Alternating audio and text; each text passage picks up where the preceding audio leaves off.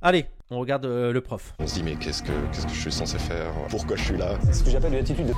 Oula, ça a beaucoup été discuté, hein, le François Bégodeau qui parle d'attitude de pétasse à l'égard de la fille. Et en vrai de vrai, il a dérapé. Clairement, dans le film, tu comprends que le gars a dérapé. Mais je suis en mode, bon, t'as des profs qui dérapent, quoi. Oui, ouais, c'est la vie. C'est l'exemple de pas mal de gens qui ont dérapé en tant que prof. Voilà, quoi. Ça arrive très souvent que tes profs pètent des câbles parce que des classes trop difficiles, la pression, les élèves eux-mêmes en ont marre parce que le cours ne suit pas son cours. Voilà, donc oui, c'est la vie de tous les jours. Il y a parfois les profs dérapent. Voilà. Ma prof d'histoire m'a déjà dit, la France, tu l'aimes ou tu la quittes. Ah ouais. Ça, c'est un dérapage qui, pour moi, démarque vraiment le comportement raciste de la prof, quoi. Après, en fait, pour moi, il y a des profs parfois qui dérapent, mais parce qu'on va se le dire sincèrement, parce que je sais qu'il y a tout un discours anti-prof, et oui, il y a un discours à avoir à l'égard de l'éducation, du système éducatif, mais on est d'accord que parfois, on a eu un plaisir à pousser un bout un prof. Ça veut pas dire qu'il n'y a pas des critiques à faire à l'égard des profs et tout, mais il y a parfois... Un de nos buts, c'était de pousser le prof à bout. Évidemment, bah oui, on sent. Mais les gens, il y a les gens, il y a toujours des raisons pour lesquelles des gens agissent de telle manière qu'ils agissent. Comme les profs, il y a des raisons pour lesquelles ils agissent de la manière dont ils agissent. Mais voilà, donc j'arrive à comprendre que parfois des profs pètent des câbles. Ouais.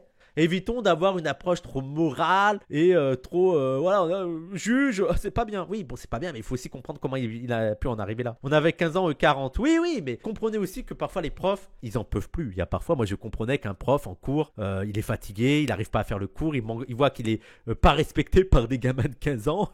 Il pète un câble, bah oui, c'est logique. Mais moi, les gens, mon avis depuis le début, c'est que le système scolaire est invivable pour les deux. Il est invivable pour les élèves, mais il est aussi invivable pour les profs. Et en fait, moi, ce que je reproche aux profs, c'est plutôt que de reconcentrer leur colère contre le système éducatif qui est invivable, vous ne pouvez pas faire du bon boulot. Vous ne pouvez pas être un bon prof avec l'institution scolaire telle qu'il existe aujourd'hui et telle qu'elle existe aujourd'hui dans le système capitaliste. Vous ne pouvez pas être un bon prof. Donc plutôt que vous en prendre aux élèves, prenez-vous-en au système éducatif d'abord et à l'organisation sociale dans son ensemble. C'est horrible pour nous deux, on est dans la même galère. Je rappelle que contrairement aux surveillants de prison dans les prisons, le prof il est aussi dans la prison. Il est aussi dans la salle de classe. Lui aussi, les gens, vous croyez qu'il y a plein de profs? Ils voient leur programme, ils sont dégoûtés et comme vous, ils commencent l'heure en attendant impatiemment la fin de l'heure. Croyez pas que c'est que les élèves, les profs aussi. Il y a des heures, ils commencent, ils essayent de trouver toutes les astuces et tout pour que ça passe le plus vite possible parce qu'ils en peuvent plus. C'est aussi une forme de prison aussi pour les profs. Ils sont pas que pions, parfois ils sont aussi prisonniers de ces écoles. Voilà, faites des groupes. Faites des groupes, c'est quoi la technique de faites des groupes? C'est putain, j'en peux plus. Allez. Donc oui, il y a des critiques à faire à l'égard des profs, mais n'oubliez pas que les profs aussi subissent ce système. Et moi, j'ai un message aux profs. Bah oui, rebellez-vous contre le système. Ils ont choisi leur carrière, les gars. Non, mais n'oubliez pas qu'il y a beaucoup de profs, c'était des anciens prolos aussi. Hein. Moi, prenez mon exemple. Moi, si je faisais pas du stream, j'aurais certainement été prof. Sachez que pour ma famille et pour mon milieu prolo, être prof, c'est une ascension sociale. Et c'est aussi une ascension symbolique. J'ai lu le passage de Bourdieu, tout ce que j'ai compris, c'est que l'école broie des gosses et encore, il ne parle pas de racisme. Mais en fait, comprenez aussi que, donc, pour certains, c'est une ascension sociale d'être à l'école, mais comprenez aussi que pour les profs, et là, je ne suis pas en train de vous dire qu'il faut les excuser, qu'il faut les pardonner, mais comprenez aussi que les profs, en fait, ils sont dans une sorte de schizophrénie. C'est-à-dire qu'il y a beaucoup de profs qui sont persuadés et qui sont convaincus du bien fondé de leur travail et de l'idée qu'avec l'école, ils pourront permettre l'ascension sociale, notamment des prolos. Et sachez que beaucoup de profs y croient sincèrement et que ce qui leur permet de tenir dans leur travail, c'est l'idée que la méritocratie scolaire et qu'en fait, ils vont permettre à des petits élèves de gagner en ascension. Et pourquoi ils y croient aussi? C'est parce que certains, c'est leur histoire. Il y a certains profs, c'est comme ça qu'ils ont connu une ascension scolaire, une ascension sociale. C'est à travers l'école. C'est pour ça que ça marche si bien le système scolaire et c'est pour ça que les profs sont tant attachés à l'ordre scolaire. C'est que eux, ils ont connu une ascension sociale à travers l'école. Il y en a beaucoup que c'est grâce à ça qu'ils ont connu une ascension sociale. Ascension à mesurer, hein, ils sont devenus profs, profs précaires et tout. Hein. Et en plus, toute leur valeur symbolique repose sur l'école. C'est bien vu d'être prof. Dans la société, c'est bien vu d'être prof en général. Et surtout dans les milieux prolos, c'est bien vu d'être prof parce que tu as le côté c'est un peu intellectuel et tout. Et donc, pour que leur prestige social, qui est pourtant minime, soit préservé, ils sont obligés de protéger l'école. Et donc, eux, ils sont obligés d'adhérer et de croire au mythe de la méritocratie scolaire et que l'école permet la chance à tout le monde.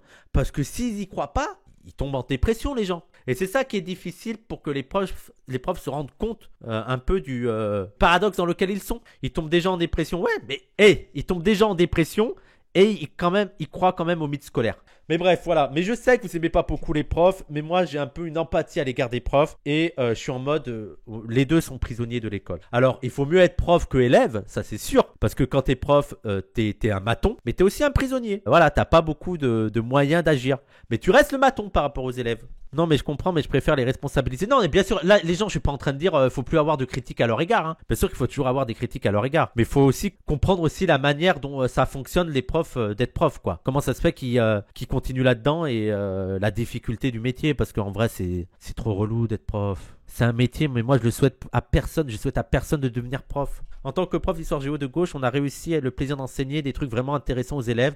La plupart accrochent bien quand c'est bien fait. Mais ça, c'est l'une des particularités de prof d'histoire géo. Mais fais ça en maths. Professeur de maths dans un collège REP. Jamais de ma vie. Je vous jure, les gens, j'ai des angoisses. Imaginez le prof de maths dans un truc REP+, avec 30 élèves. Aucun n'arrive à suivre. Il se lève à 7h du matin pour aller en cours. Il est angoissé parce que c'est horrible d'essayer d'intéresser les enfants aux maths. On peut comprendre les affects et les intentions des profs, non sans plus les excuser, les abus. Ah bah bien sûr, bien sûr.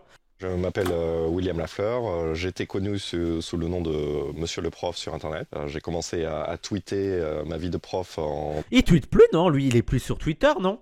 Parce que je sais qu'à un moment donné, il avait pas mal de succès, hein, Monsieur le Prof.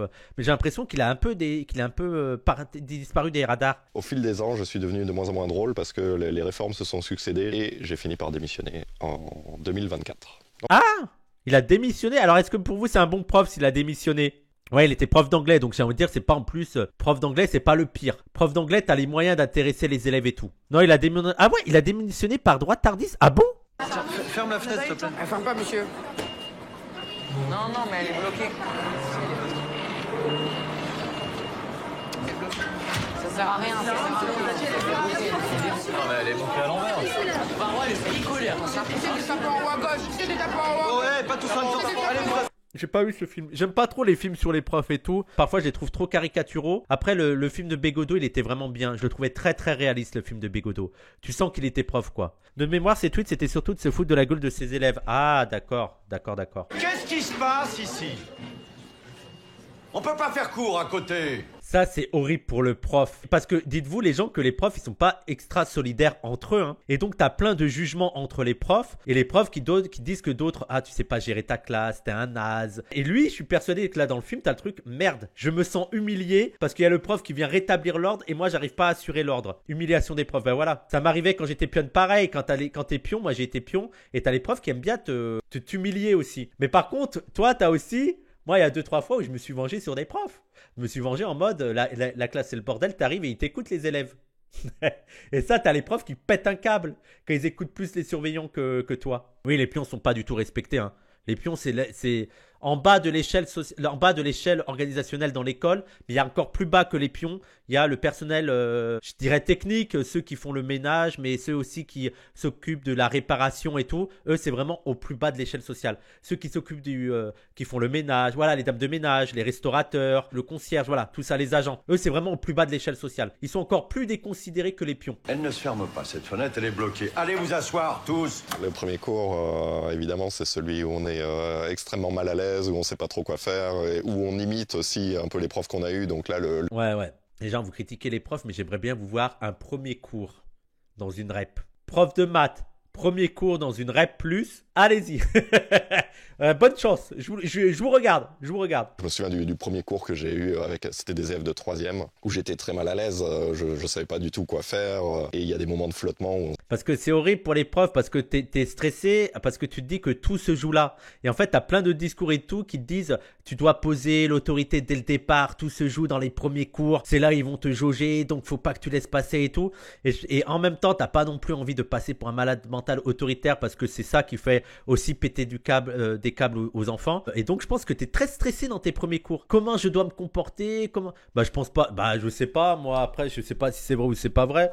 J'ai pas l'impression, quoi. J'ai pas l'impression que t'es obligé d'être ultra autoritaire au départ. Je sais pas. Franchement, je sais pas. Peut-être que les profs ont des expériences et le savent mieux que nous, hein. De mon expérience, c'est pas vrai. C'est ce que les profs te disent quand t'es nouveau. Ben oui, c'est ça. Moi, j'ai vu des discussions entre profs et t'as vraiment cet imaginaire de il faut poser les bases dès le départ. Il faut que tu montres que tu n'es pas n'importe qui. C'est fait. Mais je pense par contre, c'est vrai que si tu viens et que t'es full rigolo, full sympa au départ, je pense que c'est un mauvais départ. Parce qu'ils vont pas comprendre quand tu vas essayer de rétablir l'ordre. Ils vont trop se dire ah, toi, t'es le professeur cool. Il n'y a jamais de.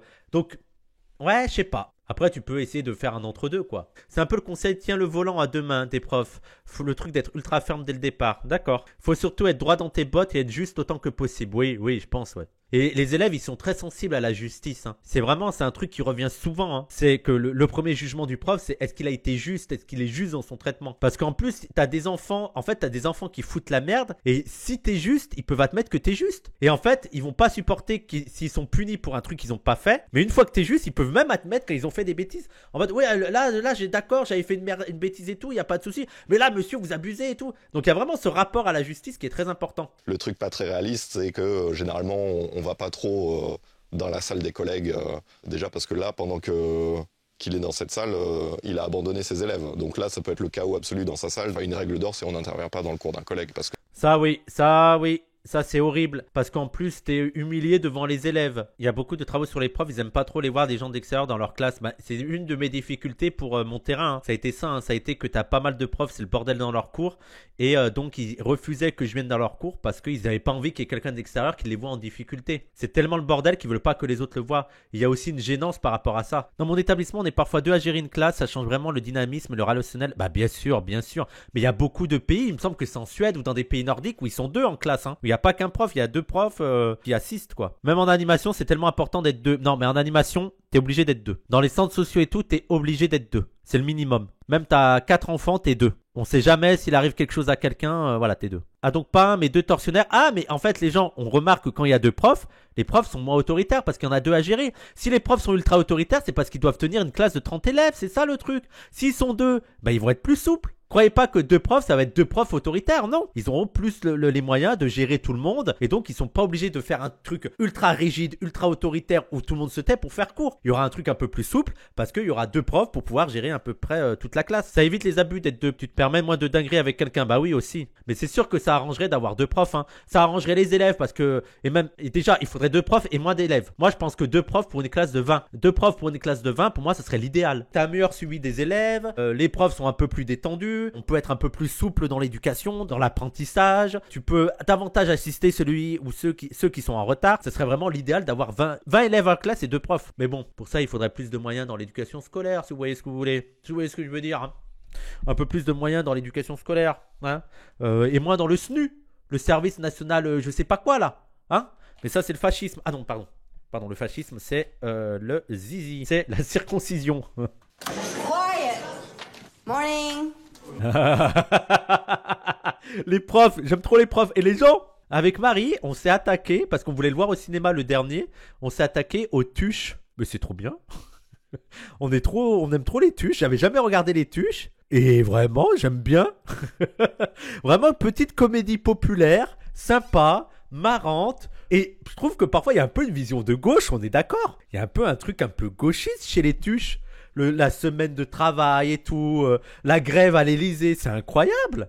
Et je trouve que c'est vraiment la petite comédie populaire, bien sympa, bien marrante. La bonne fois, c'est la semaine de 20h, oui. Et ça a tout prédit. Mais franchement, j'aime trop et j'aime beaucoup quand même le côté un peu... Donc, il y a la caricature des beaufs, mais tu sens qu'il y a quand même un amour des beaufs, un amour de la France profonde, entre guillemets. Tu sens qu'il n'y a pas une moquerie d'eux et ils sont pas insupportables. Genre, même le gamin, le gamin intello, il est pas insupportable. T'as pas envie de le claquer, non. Il aime sa famille. Les personnages sont précis et surtout... Mais déjà, je l'aime. L'actrice, je l'aime et je la trouve parfaite dans ce rôle. Nanty, Isabelle Nanty. C'est ça, Isabelle Nanty. J'adore cette femme. Je la trouve extraordinaire. Je sais pas, j'ai un amour pour elle et je la trouve extraordinaire dans le rôle de la maman. Elle a un truc touchant. C'est vraiment la petite maman prolo qui fait le maximum pour ses enfants, pour son mari. Je sais pas, il y a un truc vraiment attendrissant chez elle. Elle donne des cours de théâtre. Oui, mais c'est elle qui a révélé notamment les Robins des Bois, Isabelle Nanty. Oui, et Jean-Paul Rouve est très bon. Oui, je crois que c'est dans le premier épisode où à la fin il roule en voiture et il essaye de dire à son fils qu'il l'aime. Je trouve ça trop beau. Il le joue trop bien. Le truc de la virilité, de la masculinité, qui peut pas dire des choses à son fils.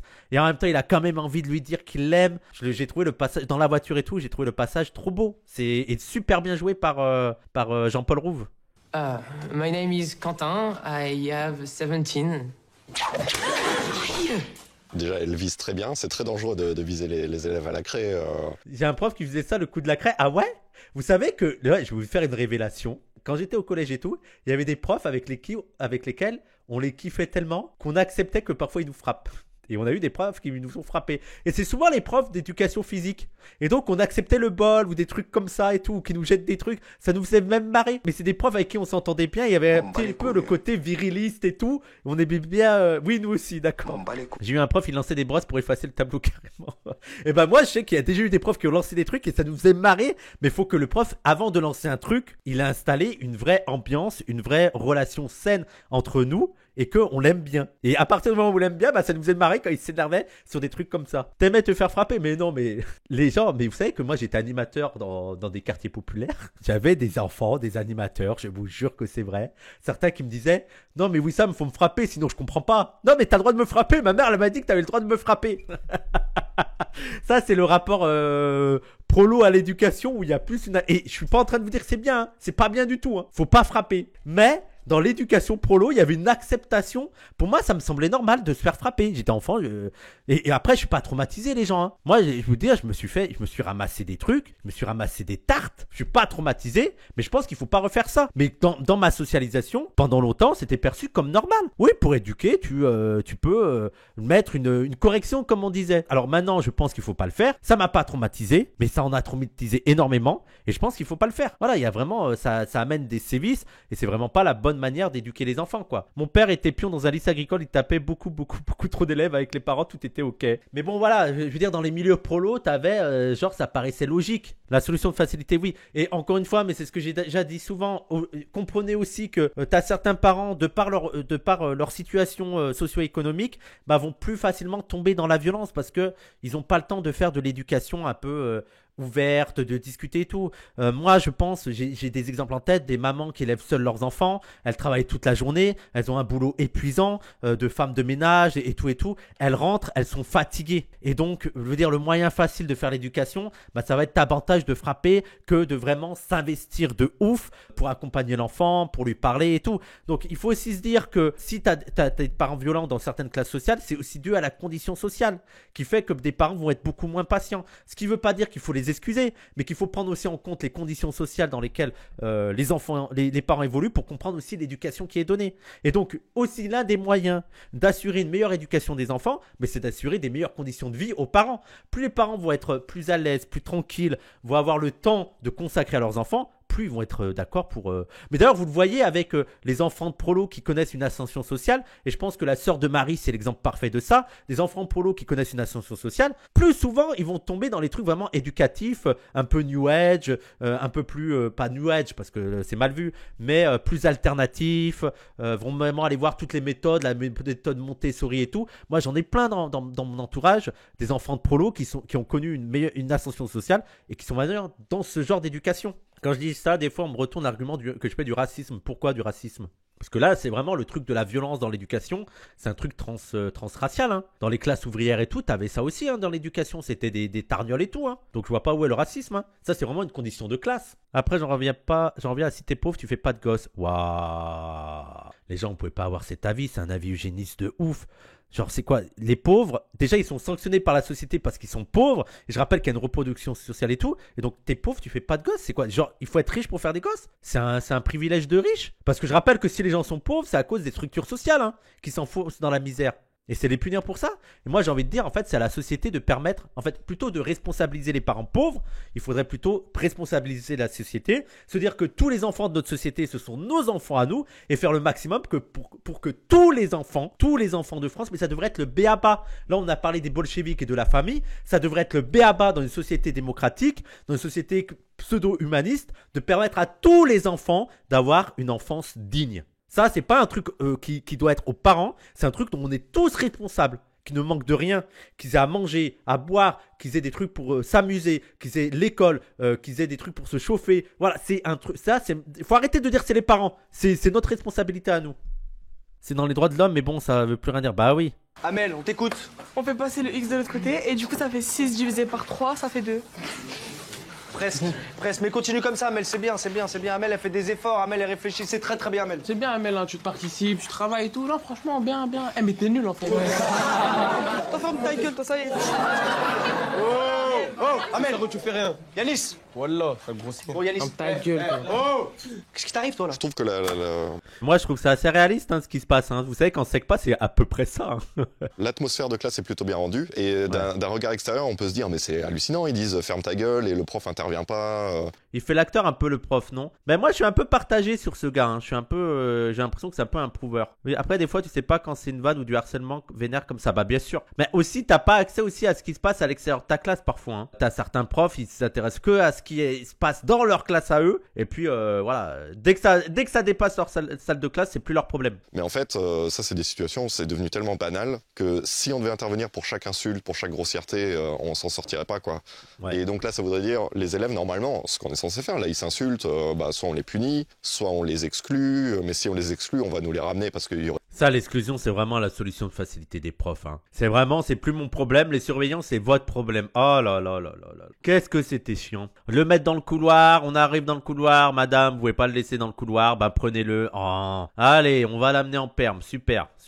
Il va s'emmerder en perme. Bon, après, je comprends aussi que tu as certains profs qui sont excédés, mais bon, la solution de exclusion, parfois, en fait, c'est devenu un automatisme. Tu avais des élèves, selon la prof, tu savais qu'il allait pas durer longtemps en cours. Je trouve qu'il gère plutôt bien la situation, il les fait baisser d'un ton, et voilà, et on passe à autre chose. C'est un peu aberrant. Moi, ça m'a choqué quand j'ai commencé à être prof. Finalement, on apprend juste à faire comme si on n'entendait pas. C'est...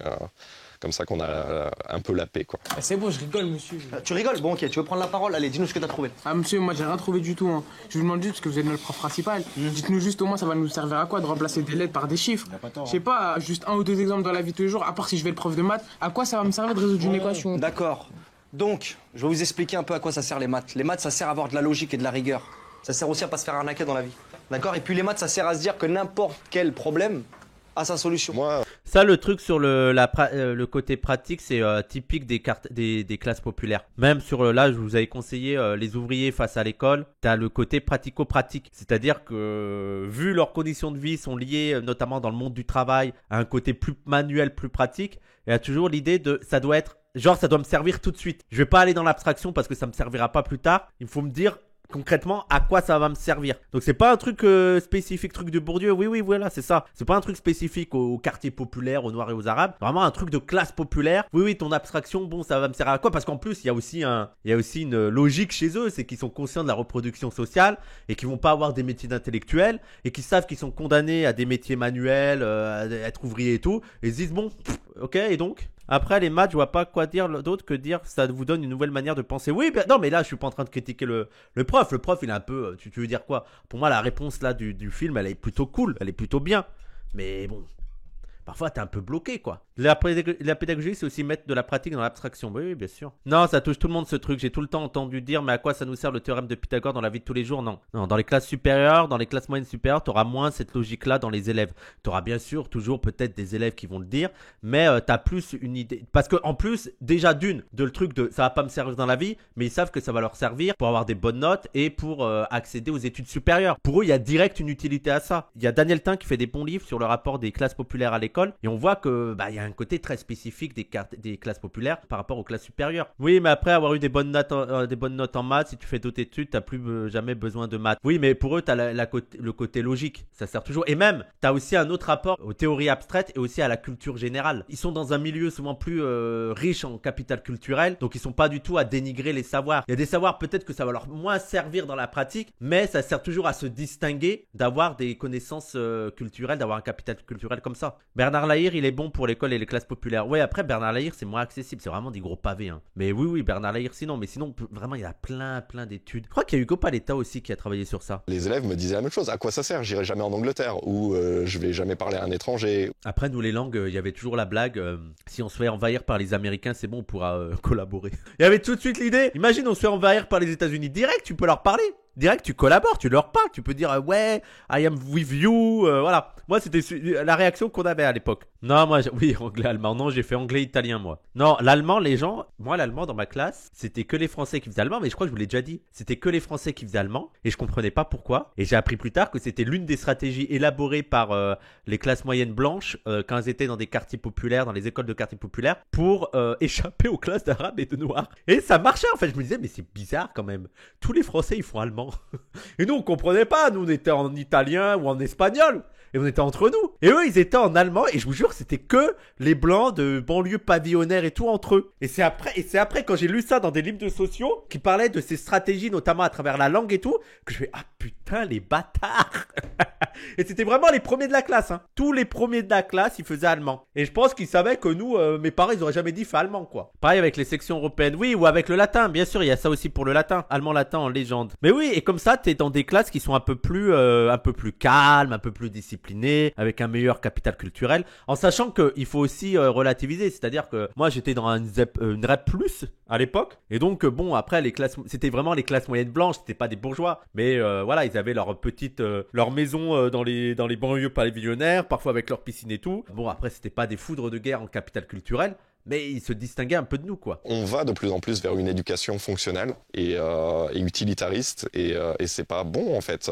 Oui, mais ça, c'est lié aussi aux conditions de travail. C'est-à-dire que l'école, en fait, eux, ils sont vraiment dans l'abstraction de l'école. Tu sais, c'est le plaisir d'apprendre. Sauf que nous, on va à l'école et on a toujours des petits, on a cette idée en tête d'ascension sociale, mon gars. Je veux dire, nous, ce qui nous intéresse, c'est surtout que on galère, nos parents galèrent, on voudrait bien connaître une ascension sociale. Donc, faut que ce soit pratique, quoi. Je veux dire, pour avoir un rapport un peu plus abstrait, un peu plus intellectuel et le savoir pour le savoir, faut que tu sois sûr de ton avenir.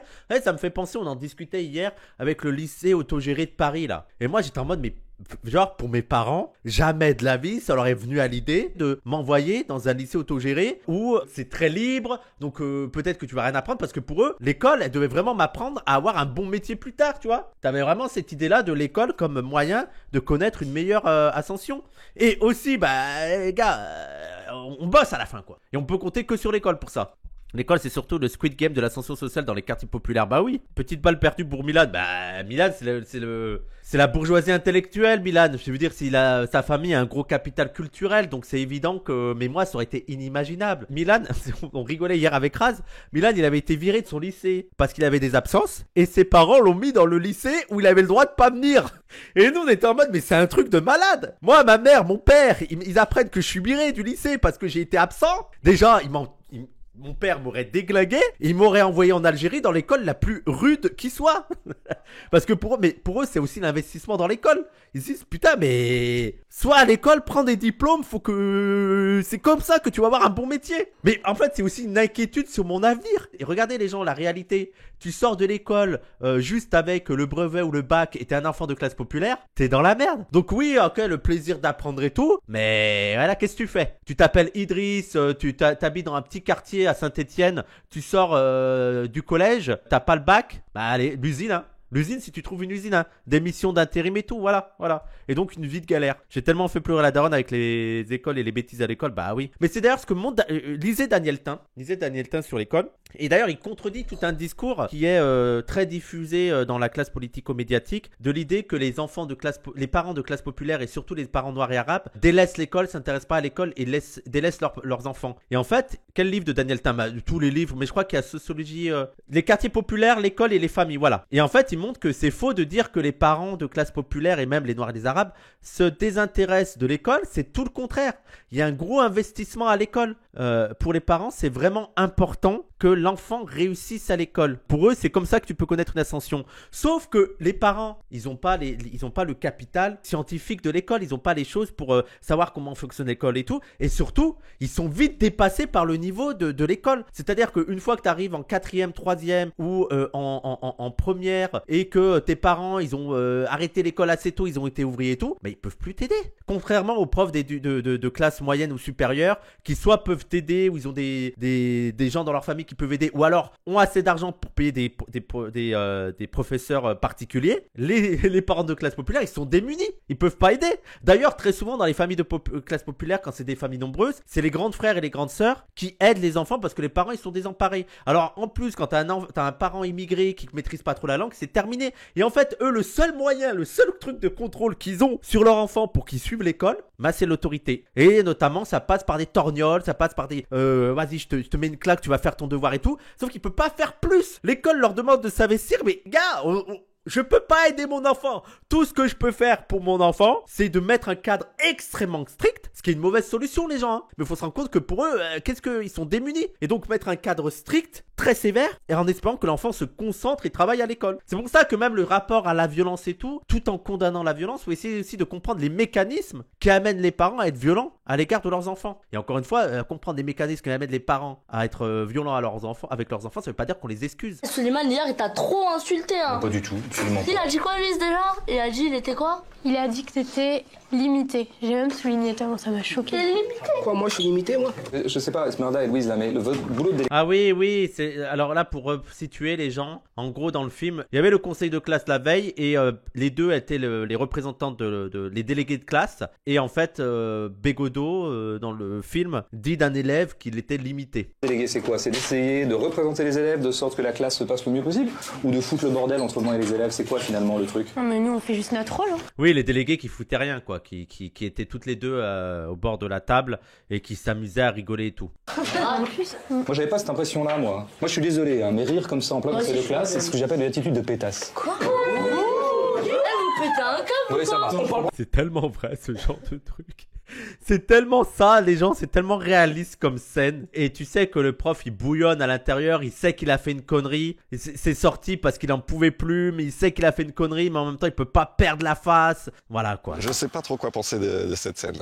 Si les élèves ont une attitude de pétasse, lui, il a une attitude d'absolu trou du cul, quoi. C'est, en fait... Oh, mais il a vu le film ou pas? Il a vu le film? Bien sûr que l'attitude du prof, elle est pas normale. Mais là, le truc de juger, oh, ils étaient un trou du cul. En fait, quand tu regardes tout le film et tout, tu comprends aussi pourquoi il pète un câble. Il n'aurait pas dû dire le mot, mais tu arrives à comprendre. Je veux dire, en fait, moi, il y a une logique de j'aurais été à sa place, est-ce que j'aurais pas aussi peut-être pété un câble? On ne sait pas. Hein. Moi, ça m'énerve les gens qui sont de l'extérieur comme ça. Ah, moi, j'aurais pas fait ça, gars. Oui, voilà, il craque, il a craqué, quoi. Il a craqué, ce que je peux entendre. Après, il veut dire, mais en plus dans le livre, tu vois, dans le film, tu vois, tu comprends le truc, quoi. En fait, là, ce qui arrive, c'est de sa faute. C'est entièrement de sa faute. Alors, j'ai vu le film il y a très longtemps. J'ai pas du tout aimé parce que il est insupportable. Il fait que des erreurs. Et là, en fait, dans cette scène. Le prof qui fait un prof vers le prof. Vraiment, le prof qui a une attitude de prof vers le prof. Moi, j'aimerais bien, en fait, être une petite souris, aller voir les cours de monsieur le prof, comment ça se passait. Tu vois, tu fais monsieur le prof, tu le mets dans une REP plus et tout, et voir comment ça se passe les cours. Tous les profs, parfois, ça dérive. Tous les profs, parfois, ils craquent. Tous les profs, ils font des erreurs.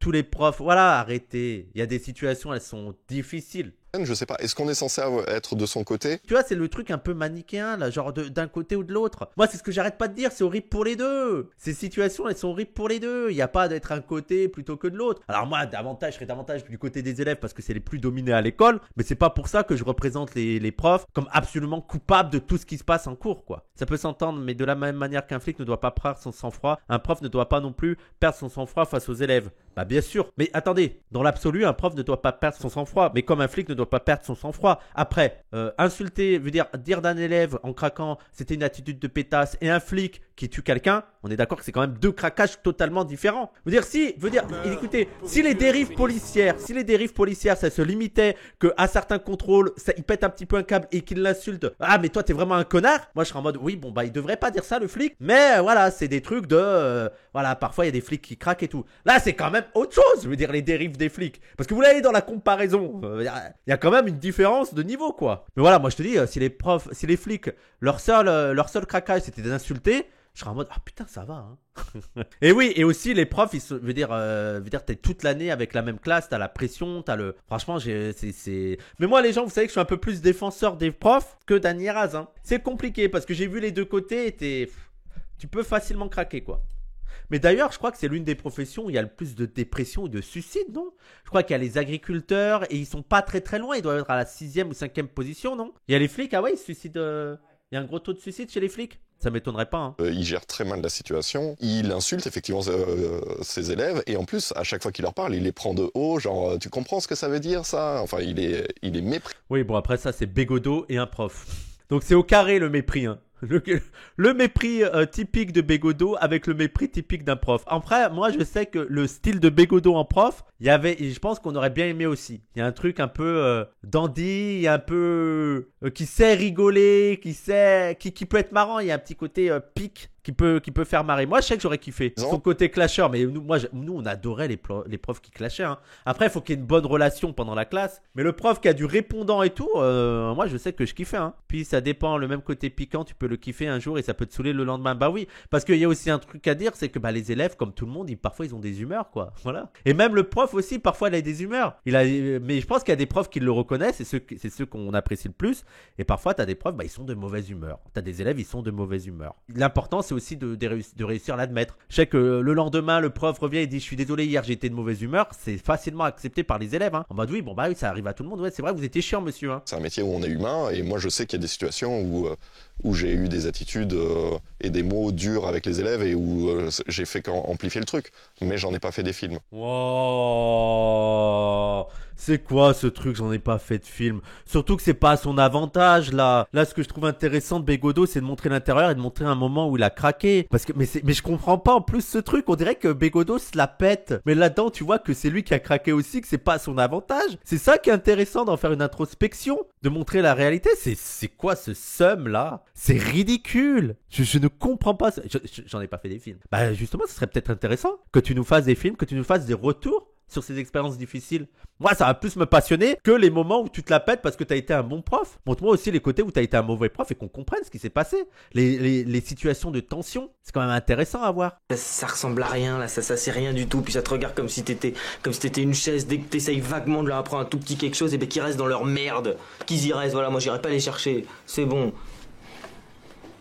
Non mais ils sont d'une bassesse, mais d'une mauvaise foi, toujours à chercher l'embrouille là.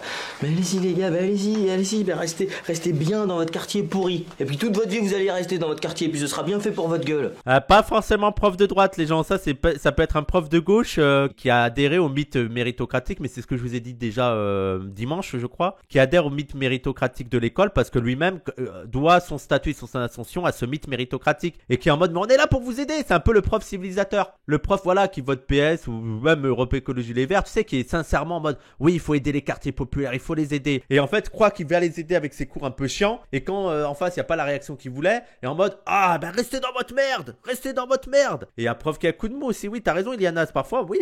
Les gens, ça vous est déjà arrivé aussi. Parfois, vous êtes un coup de mou et vous êtes semard de ouf. Moi, je vois surtout le prof qui décharge en salle de prof ou pas péter en classe. Oui, oui, Thomas Mo, ouais. Mais aussi les relations entre profs, elles sont pas. Moi, je les trouve pas ouf. Hein. Tu sais, il faut pas. En fait, les profs, c'est des.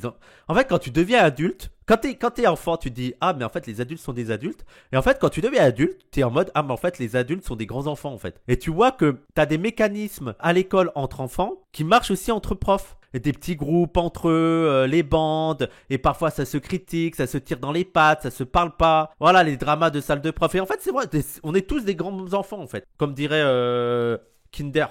Qui de mieux que oui les saucisses pour nous le dire? Bah oui.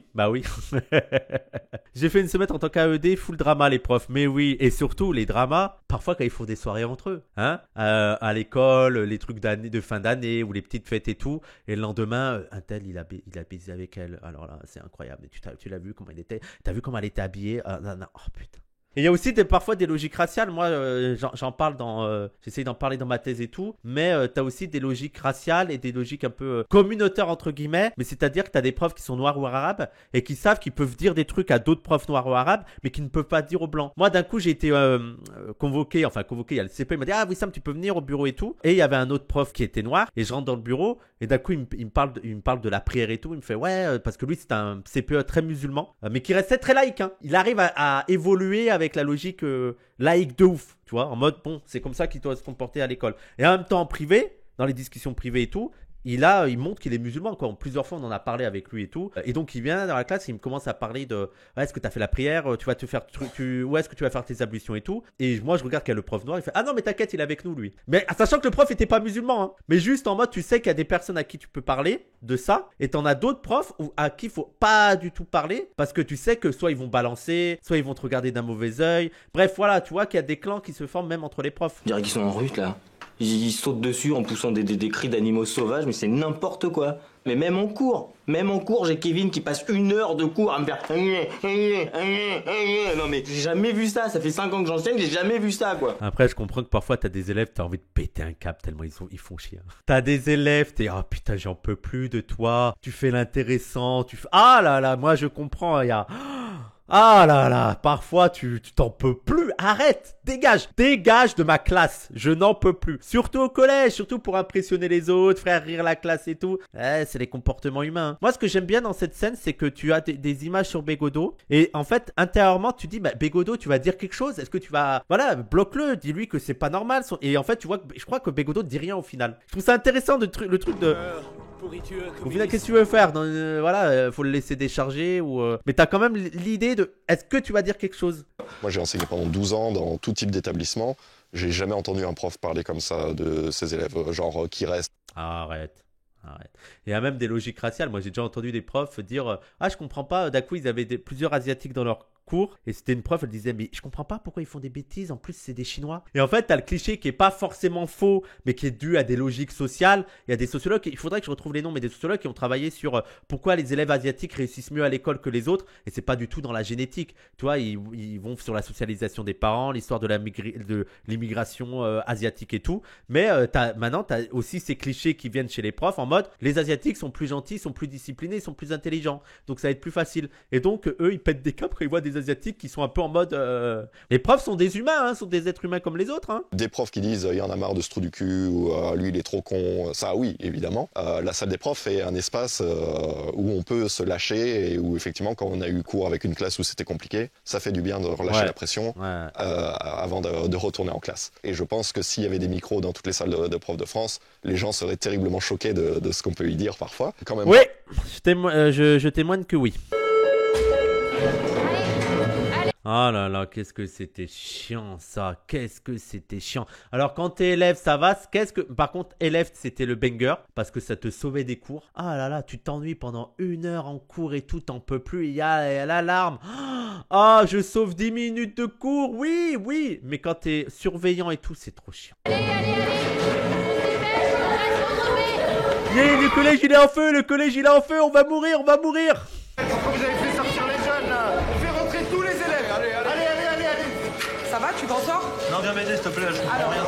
Mais pourquoi ils pètent des câbles comme ça, je comprends pas. Pourquoi ils vont pas dehors et je comprends pas, c'est quoi la panique là dans la scène? Ah, c'est un truc intrusion? D'accord. Ah, d'accord, c'est l'alerte attentat, d'accord. Oui, d'accord, ok, je comprends. Oui, j'en ai déjà fait le truc intrusion, alerte attentat, ouais, d'accord.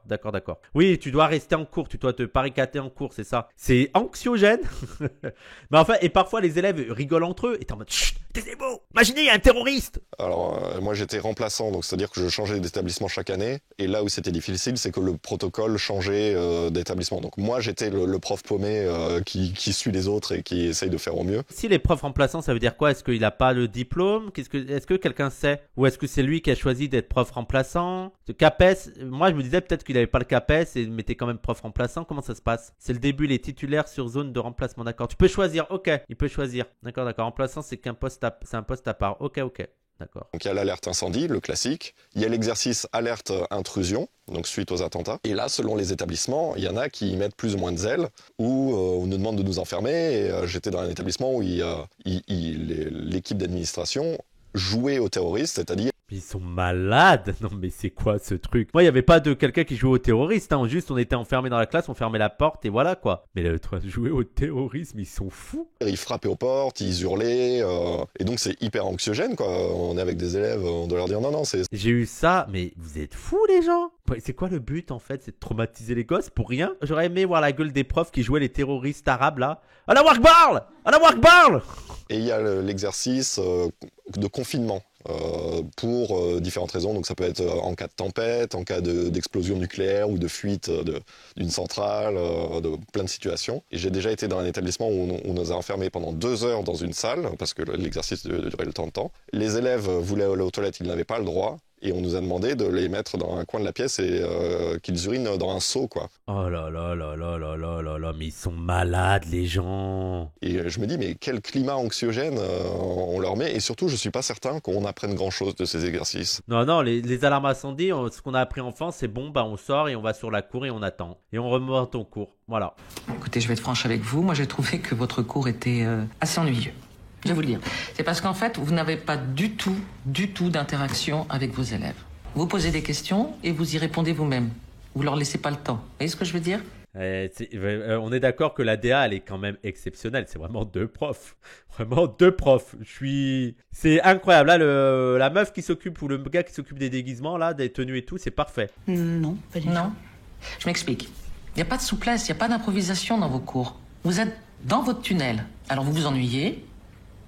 Et quand vous vous ennuyez, bah les élèves, ils s'ennuient. Bon, après, on a l'impression que l'inspectrice, on serait plutôt d'accord avec l'inspectrice. Après, est-ce qu'elle faisait mieux, elle, en tant que prof, on ne sait pas. Mais je pense que oui. Tous les inspecteurs ne sont pas aussi terribles que celle-ci, mais... Mais après, elle a peut-être raison. Peut-être que le cours, il était chiant. Suffisamment pour que ça soit l'image qu'on en a. Et en fait, vu qu'on est inspecté très rarement, bah, ça marque. Et surtout, l'inspection, c'est le seul moment où on a un retour de la part d'un adulte sur notre pratique. Et dans notre pratique, on nous demande constamment d'être bienveillant, d'être positif avec les élèves, etc. Et cette bienveillance, on ne la retrouve pas en général. Après, c'est les profs qui sont pas contents qu'il y a un prof qui fasse prof avec eux. C'est quand même, c'est ça qui est un peu paradoxal. Une fois tous les 5 ans ou une fois tous les 3 ans, ils ont un prof qui va faire le prof avec eux, ils sont pas contents. Bah, oui, c'est pas cool, Ils peuvent être très violents dans leurs propos, et vu que c'est le seul retour qu'on a, ben, on le prend personnellement, on rumine à fond, et on peut très bien se dire, moi je me suis dit en sortant d'inspection plusieurs fois, je suis un mauvais prof, je suis nul dans ce que je fais. Oui, bon, ça va, les inspections c'est chiant, mais c'est pas souvent, et au pire t'as toute la liberté de t'en foutre. Oui, j'imagine, ouais. Mais bon, ça les marque dans leur ego. Il y a un prof qui a dit que c'était des mauvais profs. Voilà, quoi. Pourquoi est-ce que je monte là? Qui peut répondre? Moi, il m'a ennuyé ce film. Le Cercle des Poètes Disparus, je vous le dis. Moi, on me disait que c'était un très bon film. Qu'est-ce qui m'a fait chier ce film? Je monte sur mon bureau pour ne pas oublier qu'on doit s'obliger sans cesse à tout regarder sous un angle différent. Philosophe, hein. Ça, c'est vraiment les séries américaines où quand t'as un prof alternatif, il monte sur le bureau, je sais pas pourquoi. On défie les règles. Allez, montez sur les chaises. Allez-y, montez sur les chaises. Oh là là, c'est bon, calme-toi. On n'oublie pas les 150 autres heures. On va pas rester tout le temps sur le bureau, quoi. Arrête de faire genre, t'es un prof différent. Il y a un moment donné, on va devoir travailler. Oui, le monde est différent vu de mon bureau. Vous ne me croyez pas? Venez voir vous-même, venez. Allez, venez. Oui, bon, monsieur, on peut finir le programme là, s'il vous plaît, là? Oui, on va monter sur la table. Allez. Moi, il y a le bac à la fin de l'année, là. Il faut essayer. C'est un peu l'idéal du prof qu'on a, quoi. C'est pas juste le prof qui t'enseigne une matière, c'est il t'enseigne la vie. Il t'enseigne à avoir une autre vision du monde. Et c'est ça, quelque part, peut-être qu'on espère des profs, mais voilà, on a des... Non, pas vraiment. Non, d'apprendre des trucs, quoi, des trucs intéressants. Plein de fois, et je pense qu'ils se rendent pas compte, les gens, mais comment les élèves peuvent être intéressés de ouf par des discussions qui sont pas forcément dans le programme, et t'as des profs qui sont passionnants. Alors, bien sûr, c'est ce que j'arrête pas de dire à chaque fois, c'est beaucoup plus facile d'être passionnant quand t'es prof d'histoire géo ou quand t'es prof de français que quand t'es prof de maths. Mais rien que le fait qu'ils nous racontent des trucs et qu'on a, ah, c'est incroyable, monsieur, ah ouais. Mais ça, c'est compliqué. Ou un prof de philo passionnant, hein.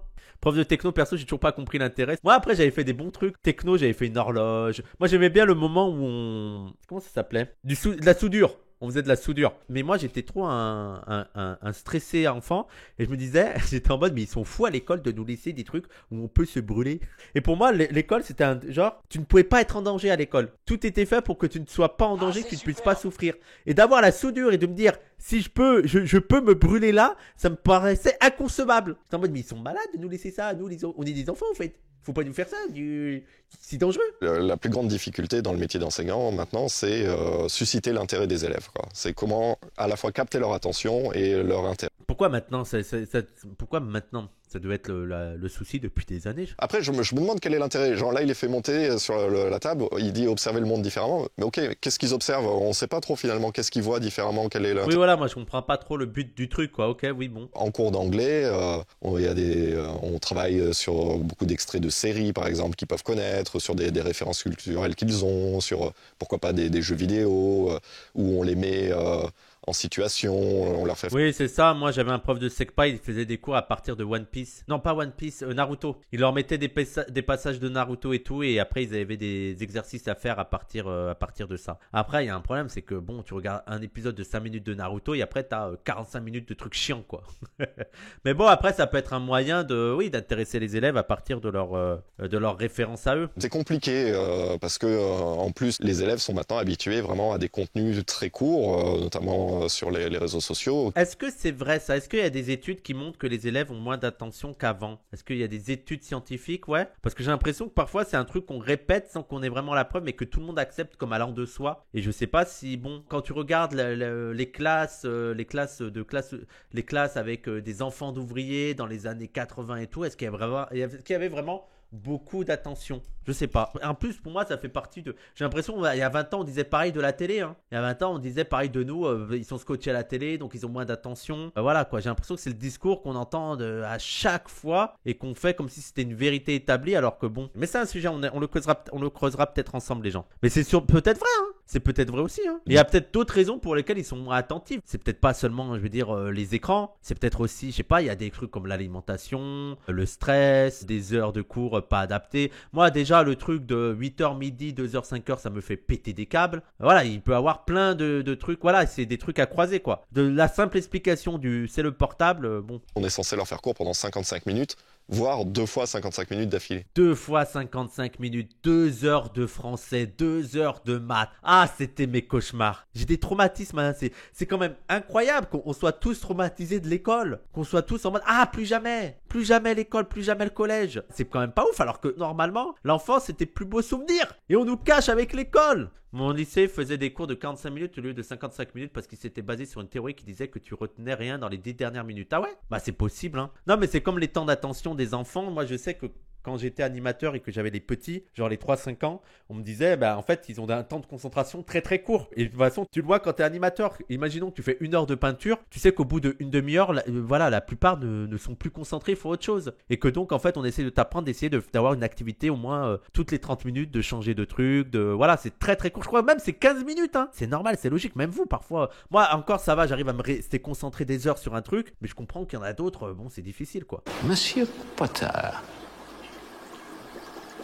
notre nouvelle célébrité. Qu'est-ce que j'obtiens quand j'ajoute de la racine d'asphodèle en poudre à une infusion d'armoise? Je ne sais pas. Je connais la scène, hein. Je connais... Ah, Hermione. Je ne sais pas. Vous ne savez pas. Essayons encore. Où iriez-vous, Monsieur Potter, si je vous demandais de me rapporter un bézoard? Je ne sais pas, monsieur. Navrant.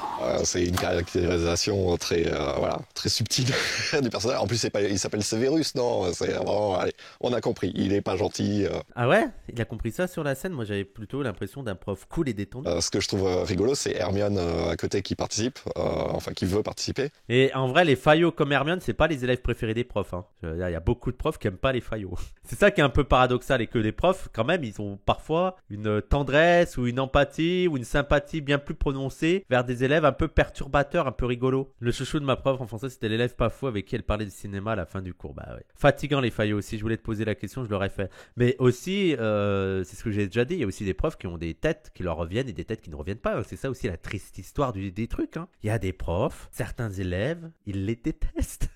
C'est un tabou qu'il faut briser, c'est vrai. T'as des têtes, pour certains profs, ça leur revient pas. Leur physique les énerve. Et t'en as d'autres, c'est leur chouchou. Parce que c'est des humains aussi, les profs. June disait que les notes du dernier devoir de maths n'étaient pas très bonnes. Exact, malheureusement.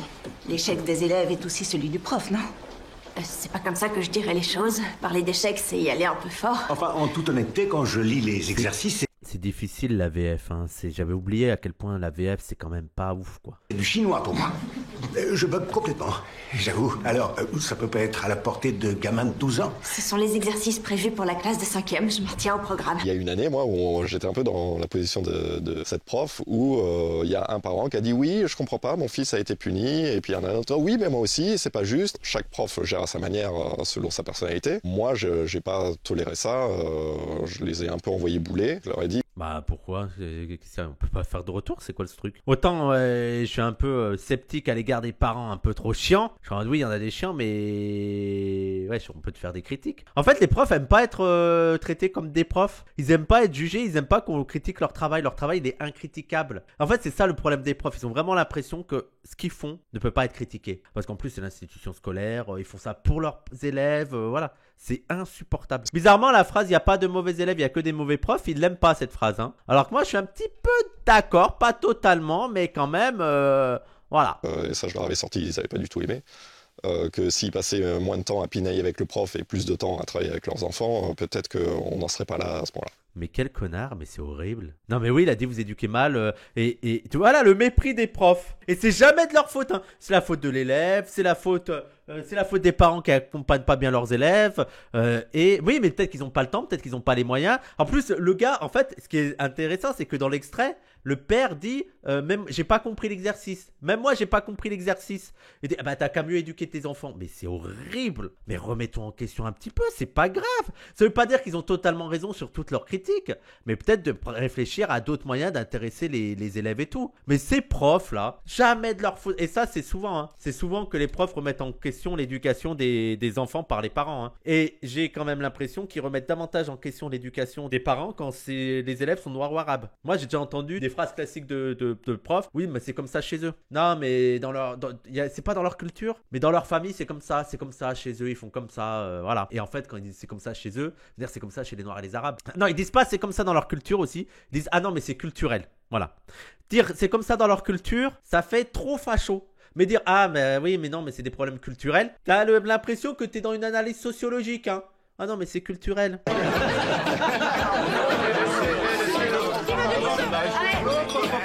Mathias, je vous parlais des beuveries entre profs. Mais vous avez vu quand on était petits, c'était vraiment les profs, c'était des adultes de ouf. Et ça nous faisait bizarre quand on connaissait leurs prénoms.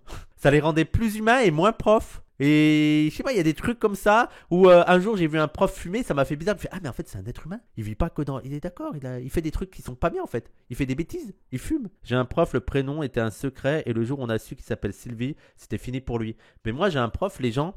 Il était passé à la télé, il était passé comme expert de l'islam. C'était un prof d'histoire, je ne vais pas dire son nom parce qu'il est devenu full facho. Et en fait, j'ai découvert qu'il était passé à la télé et qu'il parlait de Tariq Ramadan et qu'il traitait de Tariq Ramadan d'islamiste et tout. Et j'avais partagé à tout le monde. On m'a dit, ah regardez Et en fait, en plus, c'était un Français qui se disait reconverti à l'islam. Et je ne sais pas pourquoi il a fait ça, alors qu'on le voit. Je veux dire, dans le reportage, on le voit. C'est le même nom, c'est la même tête, c'est la même voix. On voit que c'est lui dans le reportage. Et dans la vraie vie, il a nié en bloc en mode c'était pas lui. Non, c'est pas moi, vous dites n'importe quoi, c'est pas moi. C'était pas moi. Et je ne comprenais pas pourquoi. Et donc après, j'ai compris que bon, bah, il était un petit peu facho en fait. Genre, il faisait converti, mais en fait très critique de l'islamisme. Mais en fait, c'était pratiquement tous les musulmans. Et il était venu, et donc je me rappelle que je sortais de l'école, je sortais du lycée, et il attendait devant le lycée, il est venu, il m'a dit ouais, alors oui, Wissam, vous l'avez dit à tout le monde et tout, mais vous l'avez trouvé comment? Vous l'avez trouvé comment cette vidéo? Je sais pas, moi je traînais sur internet, d'un coup j'ai tapé votre nom. Et puis voilà, je vous ai trouvé. Ah oui, vous en avez parlé à tout le monde et tout. Oui, bon. Oui, mais c'est pas moi. Hein. Et il est parti. Le prof est fou, quoi.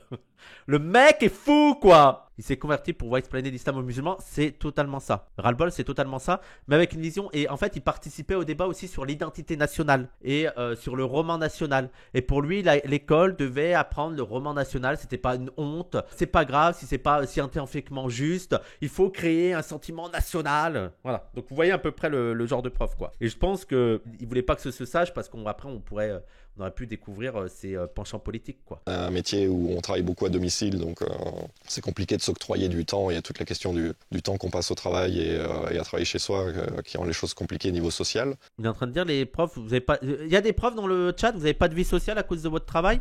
Ou est-ce que c'est un petit peu abusé? Faut doser peu en ce moment, c'est nimp.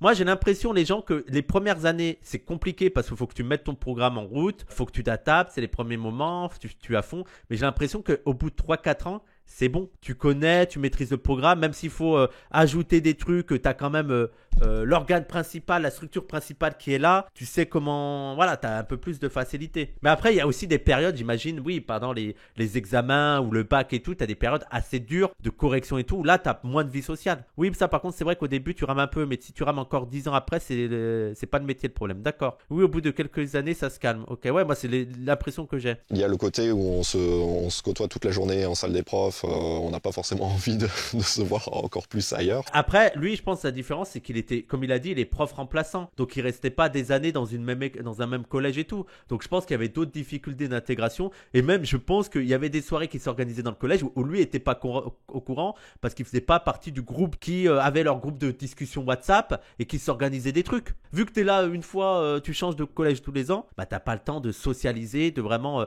rentrer dans le groupe et pouvoir participer à leurs événements, à leurs trucs par-ci par-là. Mais moi, dans le collège où j'étais, t'avais un groupe de profs qui étaient les anciens et qui organisaient des trucs entre eux. Hein. Et on entend une réplique aux vacances, qui est peut-être la chose qu'on associe le plus souvent aux professeurs, les vacances. Bah oui, mais on aime les vacances, il n'y a pas de honte à ça. Et souvent, donc, les gens, quand on se plaint, admettons, de notre métier pour des raisons tout à fait légitimes, les gens nous renvoient donc à ces vacances, genre, vous n'avez pas à vous plaindre, vous avez des vacances. Généralement, ce que je dis en échange, c'est oui, certes, mais il manque littéralement 4000 profs, on a du mal à recruter. Toi, si tu veux, tu peux devenir prof en 15 minutes. Et les gens disent ah non, moi, je pourrais pas faire ça. Donc comme quoi. Oui, ça, je suis d'accord. Il y a beaucoup de gens qui critiquent les profs, mais ne feraient pas prof dans leur vie, quoi. Moi, attendez, mais moi, je suis persuadé, les gens. Par exemple, Dany et Raz qui critiquent les profs. Mais je pense que Raz ou Dany, ça serait les pires profs. Hein. Je pense que Raz, il serait ultra autoritaire. Mais ultra autoritaire. Il pourrait pas supporter des bruits et tout. Et Dany, ça serait le bordel. Et il perdrait pied. Et il ferait son cours sans s'occuper de ce que font les élèves. Et il ferait, voilà, il écrirait au tableau. Il ferait la leçon. Cassandre, je pense que ça serait un bon prof. Mais Dany et Raz, c'est le côté autoritaire. Et Dany, il perd pied. Il collerait des baffes. Ah, je suis sûr. Ils sont déjà comme ça au stream. Cassandre, trop méprisant. Mais en vrai, les gens, nous, parfois, moi, je sais que j'aimais bien des profs un peu méprisants, mais qui quand même partageaient leur savoir, ça me faisait marrer. Ça faisait partie d'un style. Vous imaginez, Dany, gérer 25 élèves?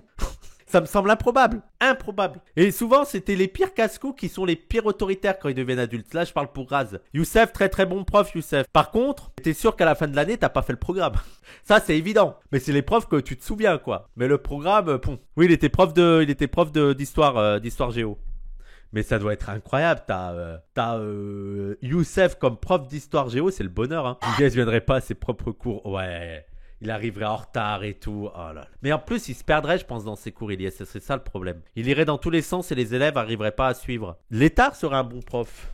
Oui, il serait martyrisé. Non, je pense qu'au bout d'un moment, ils auraient un peu de l'empathie pour l'étard. Je pense que l'étard, ça pourrait aller. En plus, il a grandi dans un lycée, non? Donc, il a un peu le mood scolaire. Je sais pas, qui c'est qui ferait le meilleur prof? Ah ouais, tu penses que Moufette serait bonne prof? Oui, parce qu'en plus, ils sont plus respectueux sur les femmes. Il y a plus un truc ils vont moins dans la conflictualité avec les meufs. En plus, elle a un côté pas sans rire qui pourrait les faire marrer. Toi, tu seras un bon prof. Ouais, mais moi, je suis colérique. Donc, je suis très colérique et j'ai très peu de patience. Pédagogiquement parlant, les gens, j'ai très très peu de patience. C'est-à-dire que dès que tu comprends pas, quand je t'ai expliqué 2 fois, je pète un câble, je t'insulte. Je me dis, mais qu'est-ce que tu comprends pas là-dedans? Moi, il y a plusieurs fois, les gens, d'un coup, j'ai dû expliquer à un élève combien ça fait. Je crois que c'était 125 plus 125. Et je voulais pas lui donner la réponse. Et j'étais en 5e, bordel de merde. Je n'en pouvais plus. 125 plus 125. Combien? Non, mais moi, je serais un très mauvais prof. Je vous le dis, je m'énerve. En fait, que les gens ne comprennent pas des choses qui me paraissent simples, ça me fait péter un câble. Et en vrai, j'ai vraiment le truc d'incompréhension en mode, mais comment tu n'arrives pas à comprendre ce que je te dis? Ce que je t'explique, comment je fais. Donc non, il n'y aurait pas de bon prof à la Zawa. Ah, Samir peut-être, ouais. Samir, ouais, parce qu'en plus, il a le physique pour s'imposer, il a la voix, il arrivera à rigoler avec les élèves tout en arrivant à mettre quand même l'autorité. Non, je pense que Samir, ce serait le meilleur prof. Toby? Ouais, Toby, il est chill.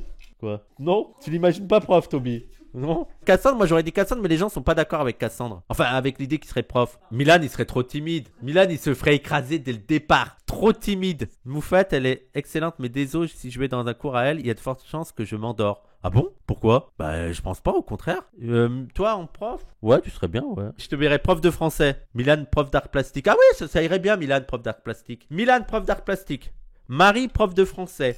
Dany, prof de philo. En fait, tu te mets au fond de la classe, t'attends que l'heure passe et tu le vois faire des tunnels. Franchement, en fait, le moyen pour Dany d'être un prof, ce serait qu'il négocie avec les élèves. Je fais mes tunnels, vous faites rien. Prenez juste des notes, mettez-vous au fond de la classe, parlez entre vous, ça va pas me gêner. Et je fais mes tunnels. Cassandre, prof de quoi, Cassandre? Ouais, de sciences éco. Raz, prof de quoi? Prof de sport, ouais. Prof de sport, je le vois bien en prof de sport. Mais en mode, bon, allez, on fait pas grand chose. Prenez un ballon, allez jouer au foot. Ou prof de musique, c'est vrai. Ouais, ou prof de techno. Toby, prof de quoi? Non, moi je vois Moufette en prof d'anglais, je sais pas pourquoi. Je trouve qu'elle a un style de prof d'anglais, Moufette. Toby, les pions, c'est vrai qu'il est pion. Il a une DA de pion, oui. Et Létard, prof de maths. Avec sa chemise, il remonte son pantalon. Alors, c'est très simple. Le théorème de Pythagore. Alors, Ilyes, prof de sport. Bah oui, on a mis Raz en prof de musique, donc on peut mettre Ilyes, prof de sport. Même si bon, voilà. Ouais. CPE, ouais, Ouria peut-être. Mais dans la Zavoie, qui c'est qui serait CPE dans la Zavoie? Ah, Samos. Samos, ce serait le meilleur des CPE, Samos. Ouais, il serait à l'écoute, là, si t'as des problèmes, tu viens dans mon bureau, les élèves en difficulté. Samos, les gens. Vous connaissez pas Samos? Samos, ce serait le meilleur CPE de tous les temps. Je pense que ceux qui connaissent Samos pourront témoigner que ça serait trop bien avec lui. Tu sais, il a le côté calme, il s'énerve jamais, il est à l'écoute. Viens, on va parler, on va trouver des solutions. Samos, c'est aussi celui aux cheveux longs, non, c'est celui aux cheveux courts. L'autre, c'est Raph. Bah Raph, je le mettrais. Il y a CPE, mais il y aura le good cop et le bad cop. Raph, ce serait le bad cop et Samos, ce serait le good cop en CPE. Emric, tu le mettrais en quoi, Emric? Ouais, ça serait techno. Ça serait techno, hein. Ou au CDI, d'intervenant qui vient de temps en temps pour les formations. Prenez soin de vous, salut les garçons. Au revoir.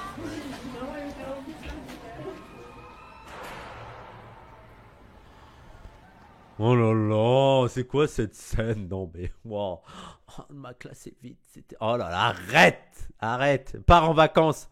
Oh là là, ça surjoue là. En vrai, il y a un peu de sensation de vide après le dernier cours. Mais oui, peut-être, hein, mais moi j'ai l'impression, moi de ce que je vois, bon, voilà, c'est le dernier cours, les vacances, super, c'est trop bien. Et beaucoup, ils vont les voir l'année prochaine. Je pense qu'avec les troisièmes, ouais, avec les troisièmes, mais t'as souvent un truc avec les troisièmes. T'as une petite fête de fin d'année et tout. Et en plus, t'as des troisièmes qui reviennent souvent. C'est un peu le délire qu'on a quand on est en première. Alors moi, je l'ai pas fait parce que j'aimais pas mes profs. Mais en première, quand t'es en première, tu reviens au collège. En plus, t'es un grand au collège et tu reviens voir des profs et tout. Mais je pense qu'en troisième, mais après, quand t'es 6e, 5e, 4e, tu sais que quand t'es prof de ces classes-là, tu sais que tu les auras l'année prochaine, quoi. T'as des profs où tu dis, ok, ils ont essayé, c'était pas des connards. Oui, t'es beaucoup plus souple à la fin de l'année. Et tu fais le bilan. C'est ça qui est marrant parfois avec la fin de l'année, de parler de l'année que vous avez partagé ensemble. Ah, on en a fait des conneries, monsieur. Hein. C'est vrai qu'on n'a pas été sympa avec vous. Hein.